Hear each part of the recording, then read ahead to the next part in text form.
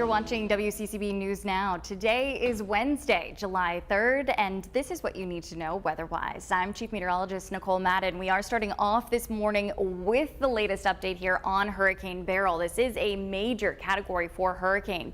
Now, the structure of this storm has been bruised up as it moves into this higher shear environment, but it still remains a dangerous hurricane as it nears Jamaica. Now, it will be crossing over or very near Jamaica later today, and it is going to be bringing those significant impacts. Storm surge 6 to 9 feet. We're talking about life-threatening winds here that are going to be gusting up to 120 to 140 miles per hour.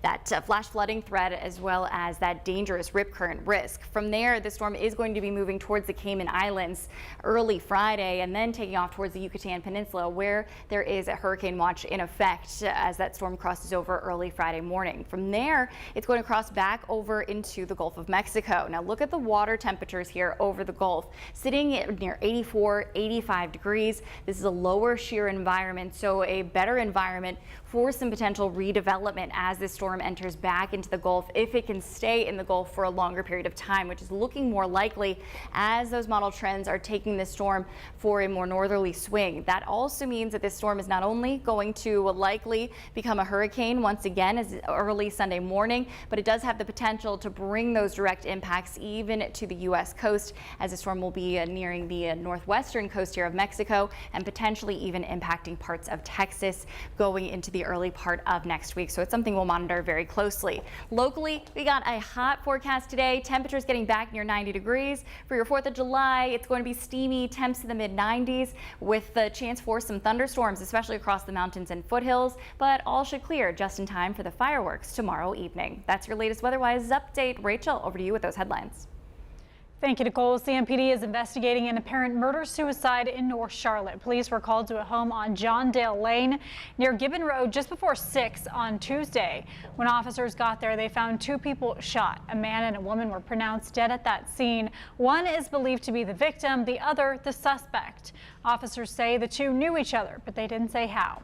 When WCCB arrived on that scene, we asked police if the 4 people they were talking to at the home were there when they arrived. I can say there's at least one witness being talked to right now. I don't know their location as far as proximity to the actual scene, but they are talking to some folks.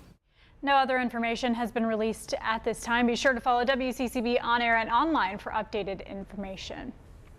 Another person is facing charges in a shooting that left a 17-year-old dead in Monroe. The Monroe Police Department has charged 19-year-old Jeremy Jackson in Jaden Rowdy's death. Jackson is facing a number of charges, including first-degree murder.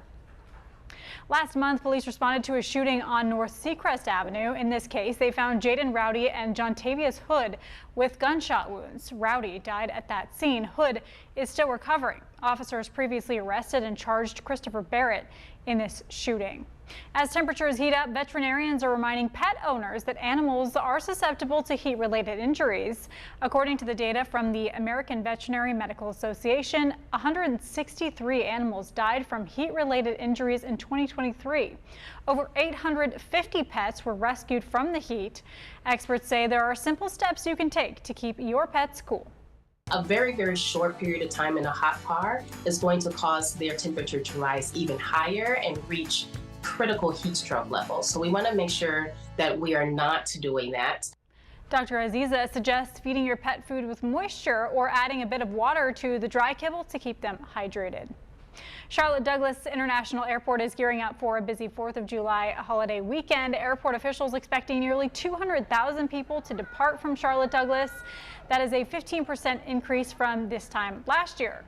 For those planning to travel this week, airport officials recommend booking your parking in advance and arriving to the airport early. We spoke to some travelers who shared their advice. Wake up early, wear your patience, say a prayer, and yeah, enjoy your travel. You can download the CLT Airport app to get parking, that is, get flight information, check shuttle buses, and security wait times. AAA is activating its tow-to-go service for the holiday weekend. The goal of the program is to keep drunk drivers off the road.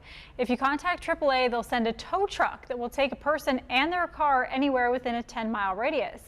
Tote to Go will be active until next Monday from 6 a.m. to 6 p.m. Contact the number on your screen there if you need some help. And as the holiday gets underway, the Blood Connection has launched a campaign to increase blood donations. All blood types are needed.